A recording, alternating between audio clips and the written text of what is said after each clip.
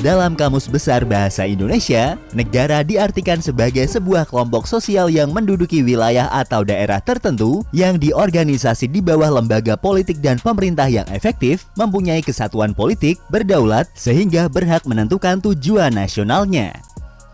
Bentuk pemerintahan adalah suatu rangkaian politik yang digunakan untuk mengorganisasikan negara dalam menegakkan kekuasaan atas suatu komunitas politik. Dalam perkembangannya, bentuk pemerintah terbagi menjadi beberapa bentuk. Dan berikut adalah bentuk pemerintahan populer yang diterapkan oleh negara-negara di dunia. Monarki. Monarki atau kerajaan adalah sebuah bentuk pemerintahan yang kekuasaannya dipegang oleh seorang raja atau ratu sebagai pemimpin tertinggi suatu negara. Monarki berasal dari bahasa Yunani dari kata monos yang berarti satu dan archen yang berarti pemerintah. Sistem monarki atau kerajaan merupakan sistem pemerintahan tertua di dunia. Beberapa negara yang menganut sistem ini contohnya adalah Brunei Darussalam, Arab Saudi, dan Eswatini. Monarki konstitusional adalah bentuk pemerintahan yang dipimpin oleh raja atau ratu, tetapi kekuasaannya dibatasi oleh undang-undang atau konstitusi tertentu. Monarki parlementer adalah bentuk sistem pemerintahan yang dipimpin oleh raja atau ratu, akan tetapi kekuasaan tertinggi berada di tangan parlemen. Yang kedua adalah autokrasi. Bentuk pemerintahan autokrasi atau otokrasi dalam bahasa Indonesia dikenal juga dengan arti kediktatoran. Diambil dari bahasa Yunani yaitu autos yang berarti berdiri dan kratos yang berarti kekuatan. Autokrasi adalah suatu bentuk pemerintahan di mana kekuasaan sosial dan politik tertinggi terkonsentrasi di tangan satu orang, yang kekuasaannya tidak tunduk kepada pengekangan hukum eksternal atau mekanisme kendali rakyat yang terregulasi. Contoh negara yang pernah menggunakan bentuk pemerintahan ini adalah Jerman pada masa Nazi, Uni Soviet sebelum menjadi Rusia dan Korea Utara. Yang ketiga adalah oligarki. Oligarki diambil dari bahasa Yunani yaitu oligos yang berarti beberapa, dan archo yang berarti memerintah atau perintah. Oligarki merupakan bentuk pemerintahan di mana kekuasaan terletak atau dikendalikan oleh beberapa orang dan juga orang-orang terdekat mereka. Orang-orang ini mungkin dibedakan oleh kaum bangsawan, ikatan keluarga, kekayaan, pendidikan, atau kontrol perusahaan, agama, ataupun militer. Bentuk pemerintahan oligarki ada beberapa macam, antara lain aristokrasi, netokrasi, teokrasi, dan demokrasi. Aristokrasi adalah pemerintahan oligarki oleh kaum bangsawan. Netokrasi adalah pemerintahan oligarki oleh koneksi sosial. Teokrasi adalah pemerintahan oligarki oleh para elit atau pemuka agama. Contoh negara yang pernah menggunakan pemerintahan oligarki adalah Afrika Selatan sebelum era Nelson Mandela tahun 1994. Vatikan dan Iran adalah dua negara dengan pemerintahan teokrasi. Demokrasi. Istilah demokrasi diambil dari bahasa Yunani yaitu demos yang berarti rakyat dan kratos yang berarti kekuatan atau kekuasaan. Bentuk pemerintahan demokrasi mengacu pada suatu bentuk pemerintahan di mana rakyat diberikan peran langsung dalam memilih pemimpin mereka. Tujuan utamanya adalah tata kelola melalui perwakilan yang adil. Sebuah sistem di mana tidak ada kekuatan atau entitas tunggal yang dapat melakukan kontrol atau praktik otoritas tanpa ada pengawasan. Demokrasi ditandai dengan pemilihan yang adil dan bebas, partisipasi sipil, perlindungan hak asasi manusia, dan supremasi hukum.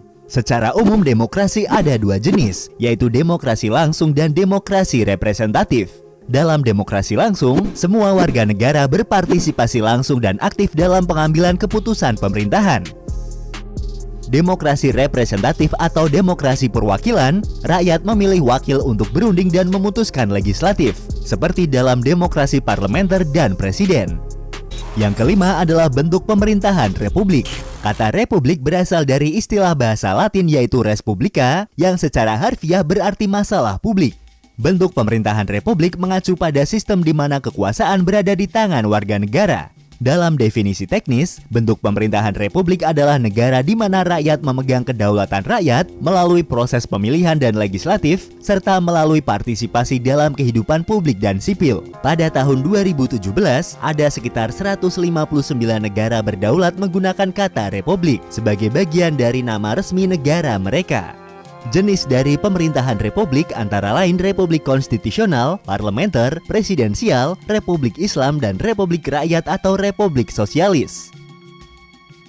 Republik konstitusional adalah pemerintahan yang kekuasaannya dibatasi oleh hukum atau konstitusi resmi yang berlaku di negara tersebut dan biasanya dipilih melalui pemungutan suara.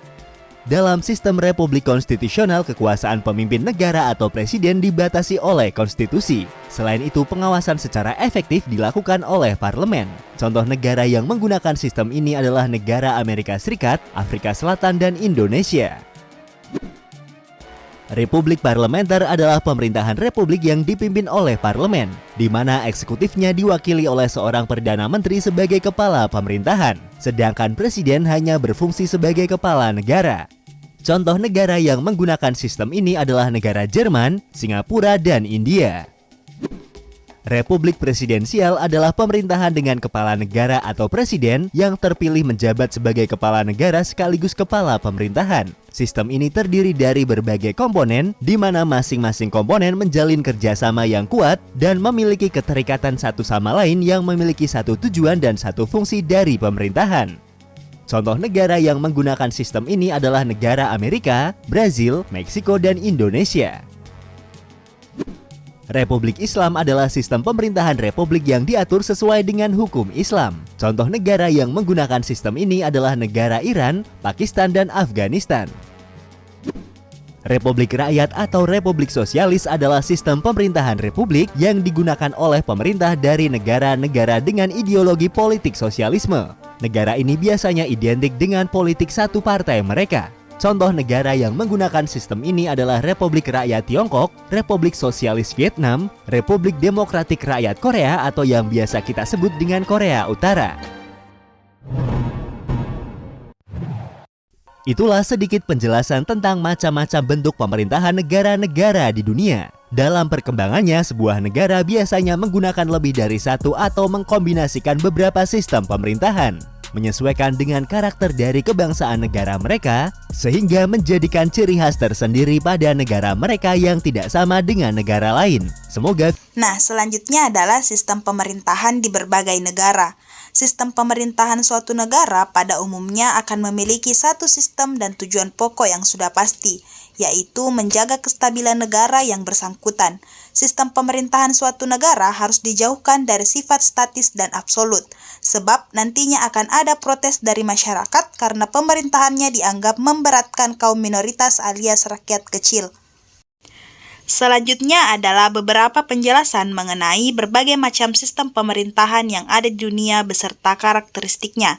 Yang pertama yaitu sistem pemerintahan presidensial. Berasal dari kata presiden sehingga sistem pemerintahan presidensial meletakkan hubungan fungsional antar lembaga dan pelaksanaannya dipimpin oleh presiden. Sejak amandemen Undang-Undang Dasar 1945 yang ketiga dan keempat, pemerintah negara Indonesia menjalankan sistem pemerintahan presidensial secara nyata. Sebelumnya, Indonesia sempat menjalankan sistem pemerintahan demokrasi yang seiring berjalannya waktu mengalami perubahan. Yang kedua adalah sistem pemerintahan parlementer. Sistem pemerintahan ini di mana presiden dan perdana menteri yang berkuasa. Parlemen memiliki peran yang sangat besar dalam pemerintahan. Beberapa negara yang melaksanakan sistem pemerintahan ini seperti Malaysia, Jepang, Inggris, Belanda, Singapura, dan sebagainya. Yang ketiga adalah sistem pemerintahan semi-presidensial. Sistem pemerintahan semi-presidensial ini merupakan gabungan dari presidensial dan parlementer sehingga disebut sebagai dual eksekutif atau eksekutif ganda. Yang keempat, sistem pemerintahan komunis. Sistem pemerintahan ini dikendalikan penuh oleh Partai Komunis. Sistem pemerintahan yang masih ada hingga saat ini yakni Korea Utara, Vietnam, Laos, Republik Rakyat Tiongkok, Transnistria, dan Kuba. Yang kelima, sistem pemerintahan demokrasi liberal. Sistem pemerintahan ini politiknya menganut pada kebebasan individu, berusaha supaya keputusan pemerintah tidak melanggar kemerdekaan serta hak-hak individu seperti tercantum dalam konstitusi. Dan yang terakhir adalah sistem pemerintahan liberal. Sistem pemerintahan liberal menganut pada asas kebebasan sebagai landasan penetapan kebijakan. Pemerintah tak begitu banyak menetapkan kebijakan. Mayoritas aktivitas pemerintah negara dijalankan oleh pihak swasta. Liberal atau liberalisme merupakan sebuah ideologi, pandangan filsafat, serta tradisi politik yang didasarkan pada pemahaman bahwa kebebasan dan persamaan hak adalah nilai politik yang utama. Indonesia saat ini menganut sistem pemerintahan presidensil, di mana adanya pemisahan kekuasaan yaitu eksekutif, legislatif, dan yudikatif yang berdasarkan prinsip check and balance. Ketentuan ini tertuang dalam konstitusi, namun tetap diperlukan langkah penyempurnaan, terutama pengaturan atas pembatasan kekuasaan dan wewenang yang jelas antara ketiga lembaga negara tersebut. Penulisan ini menggunakan metode dalam penelitian hukum yuridis normatif. Penulisan mengumpulkan data sekunder yang berkaitan dengan permasalahan yang dibahas, kemudian dianalisis. Pelaksanaan sistem pemerintahan Indonesia. Secara teoritis, kewenangan lembaga-lembaga negara di Indonesia mengarah pada sistem pemerintahan presidensil. Namun, kemudian secara praktik, dalam menjalankan fungsi dan kewenangan, lembaga negara tidak mencerminkan bahwa sistem pemerintahan Indonesia menganut pemisahan kekuasaan yang ada dalam sistem pemerintahan presidensil, akan tetapi lebih dekat pada sistem pembagian kekuasaan, sehingga ketentuan yang diterapkan berdasarkan Undang-Undang Dasar Negara Republik Indonesia tahun 1945 diperlukan kembali upaya penyempurnaan agar secara konsepsional dan praktiknya dapat berjalan secara ideal.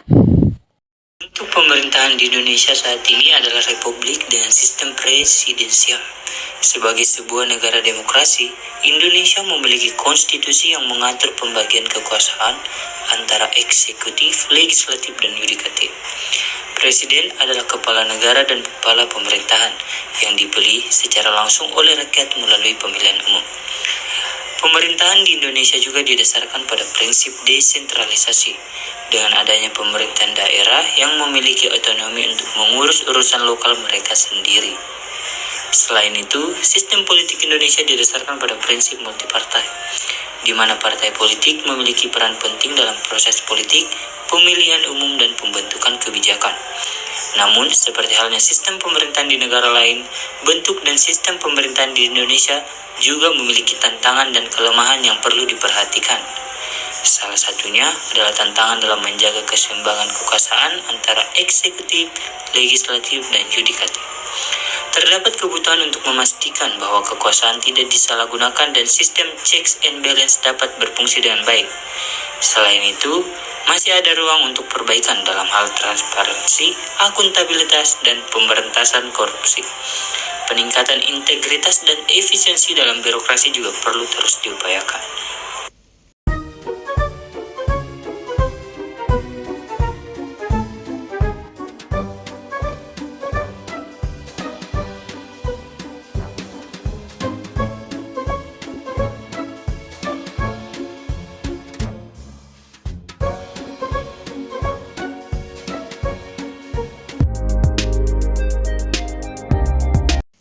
Nah, teman-teman, setelah menyimak video penjelasan dari kelompok kami, selanjutnya adalah sesi tanggapan dari teman-teman kelompok lain. Adapun kelompok yang akan mengajukan tanggapan atau pertanyaannya adalah kelompok 12, kelompok 1, dan juga kelompok 2. Perkenalkan, saya Chandrara Dewi Sukma, perwakilan dari kelompok 1.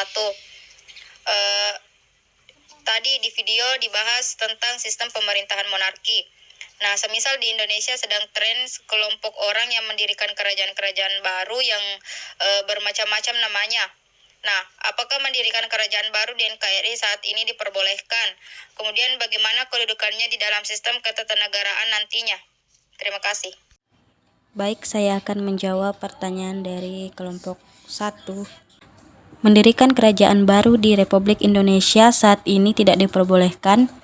Indonesia adalah negara yang menganut sistem negara demokrasi berdasarkan konstitusi yang berlaku, yaitu Undang-Undang Dasar 1945. Menurut Undang-Undang Dasar 1945, Indonesia adalah negara kesatuan yang berbentuk republik. Oleh karena itu, pembentukan kerajaan baru tidak sesuai dengan sistem negara yang ada saat ini. Jika ada kelompok orang yang mencoba mendirikan kerajaan-kerajaan baru di Indonesia, tindakan tersebut dapat dianggap melanggar hukum dan tidak akan diakui secara resmi oleh pemerintah. Pemerintah akan bertindak sesuai dengan hukum yang berlaku untuk mencegah atau menindak upaya-upaya semacam itu. Adapun perubahan terhadap sistem ketatanegaraan Indonesia memerlukan proses yang melibatkan perubahan konstitusi, yaitu diatur dalam pasal 37 dan pasal 38 Undang-Undang Dasar 1945. Perubahan semacam itu membutuhkan persetujuan dari lembaga-lembaga negara yang berwenang seperti MPR dan DPR, serta melibatkan partisipasi publik yang luas melalui mekanisme yang ditetapkan oleh hukum. Assalamualaikum warahmatullahi wabarakatuh. Baik, terima kasih atas kesempatannya dan videonya yang sangat-sangat menarik. Jadi di sini saya akan memberikan pertanyaan kepada kelompok penyaji, yaitu coba saudari jelaskan bagaimana sebenarnya perbandingan antara sistem peradilan di Indonesia yang kita kenal sekarang adalah masih negara berkembang dan bagaimana sistem pemerintahan negara yang sudah maju. Baik, itu dari saya, perwakilan dari kelompok 12. Terima kasih atas kesempatannya. Saya ucapkan wabillahi taufiq wal hidayah. Wassalamualaikum warahmatullahi wabarakatuh. Baik, terima kasih atas pertanyaan yang telah diberikan. Jadi langsung saja, perbandingan antara sistem pemerintahan di negara berkembang seperti Indonesia dengan negara maju dapat bervariasi tergantung pada konteks dan karakteristik masing-masing negara. Namun berikut ini adalah beberapa perbedaan umum yang akan saya jelaskan. Yang pertama yakni perbedaan dari segi demokrasi dan kestabilan politik. Negara maju cenderung memiliki sistem pemerintahan yang demokratis dan kestabilan politik yang relatif tinggi. Di sisi lain, negara berkembang mungkin menghadapi tantangan dalam memperkuat demokrasi mereka dan mencapai kestabilan politik yang berkelanjutan. Perbedaan yang kedua adalah efektivitas pemerintahan. Negara maju seringkali memiliki sistem pemerintahan yang lebih efektif dan efisien. Mereka memiliki birokrasi yang terorganisir dengan baik, aturan hukum yang jelas, transparansi yang tinggi, dan tingkat korupsi yang rendah. Di negara berkembang, tantangan dalam hal korupsi, birokrasi yang lambat, dan kurangnya transparansi dapat mempengaruhi efektivitas pemerintahan. Perbedaan yang ketiga adalah infrastruktur dan layanan publik. Negara maju cenderung memiliki infrastruktur yang lebih baik dan layanan publik yang lebih berkualitas. Mereka memiliki akses yang baik terhadap fasilitas transportasi, kesehatan, pendidikan, air bersih, sanitasi, dan teknologi informasi. Di negara berkembang, infrastruktur yang terbatas dan layanan publik yang kurang berkualitas seringkali menjadi tantangan yang perlu diatasi. Perbedaan yang keempat adalah kesejahteraan sosial dan ekonomi. Negara maju umumnya memiliki tingkat kesejahteraan sosial dan ekonomi yang lebih tinggi. Mereka memiliki tingkat pendapatan per kapita yang lebih tinggi, tingkat kemiskinan yang lebih rendah, dan sistem kesejahteraan yang lebih baik. Sebaliknya, di negara berkembang, kesenjangan sosial dan ekonomi seringkali menjadi masalah yang perlu diatasi, dengan sebagian besar penduduk masih hidup dalam kondisi kemiskinan atau rentan. Dan yang terakhir adalah perbedaan akses terhadap teknologi dan inovasi. Negara maju sering memiliki akses yang lebih baik terhadap teknologi canggih dan inovasi. Mereka mungkin memiliki kemampuan riset dan pengembangan yang maju, serta industri yang berkembang dalam bidang teknologi informasi, telekomunikasi, energi terbarukan, dan sektor-sektor lainnya. Sementara di negara berkembang, akses terhadap teknologi mungkin terbatas dan inovasi belum sepenuhnya dikembangkan. Baik, terima kasih atas kesempatan yang telah diberikan. Perkenalkan, nama saya Maudy Kurnia, perwakilan dari kelompok 2. Pertanyaan saya, sistem pemerintahan apa saja yang pernah dianut di Indonesia? Kemudian, apabila sebelumnya ada sistem pemerintahan selain demokrasi, apa yang kemudian melandasi Indonesia akhirnya menganut sistem demokrasi? Terima kasih. Baik, terima kasih atas pertanyaan yang telah diberikan. Di sini saya akan menjawab pertanyaan dari kelompok 2. di mana kita ketahui bahwa Indonesia telah mengalami beberapa sistem pemerintahan dalam sejarahnya. Berikut adalah beberapa sistem pemerintahan yang pernah dianut oleh Indonesia. Sistem kerajaan. Sebelum masa penjajahan, Indonesia terdiri dari berbagai kerajaan dan kesultanan yang menerapkan sistem pemerintahan monarki dengan seorang raja atau sultan sebagai kepala negara. Sistem kolonial Belanda. Selama lebih dari 300 tahun Indonesia berada di bawah penjajahan Belanda. Belanda menerapkan sistem kolonial dengan gubernur jenderal sebagai kepala pemerintahan. Sistem pemerintahan Jepang. Selama Perang Dunia II, Indonesia diduduki oleh Jepang. Jepang menerapkan sistem pemerintahan militer dengan kekuasaan yang dipegang oleh tentara Jepang. Sistem parlementer. Setelah kemerdekaan Indonesia pada tahun 1945, Indonesia awalnya menerapkan sistem pemerintahan parlementer yang didasarkan pada Undang-Undang Dasar 1945. Sistem ini mengadopsi model pemerintahan dari Belanda dengan parlemen sebagai lembaga legislatif yang memiliki kekuasaan yang lebih besar. Sistem pemerintahan presidensial. Pada tahun 1950, Indonesia beralih ke sistem pemerintahan presidensial setelah pembubaran konstituante. Sistem ini memberikan kekuasaan eksekutif yang besar kepada presiden sebagai kepala negara dan kepala pemerintah. Sistem pemerintahan otoriter. Pada masa Orde Baru 1966 sampai 1998, Indonesia diperintah dengan sistem pemerintahan otoriter di bawah Presiden Soeharto. Pemerintahan ini ditandai dengan otoritas yang kuat di tangan presiden, pembatasan kebebasan sipil dan dominasi partai politik tunggal atau Golkar. Setelah reformasi politik pada tahun 1998, Indonesia mengalami perubahan menuju sistem pemerintahan demokratis yang lebih terbuka. Undang-Undang Dasar 1945 masih menjadi landasan konstitusional yang mengatur sistem pemerintahan saat ini.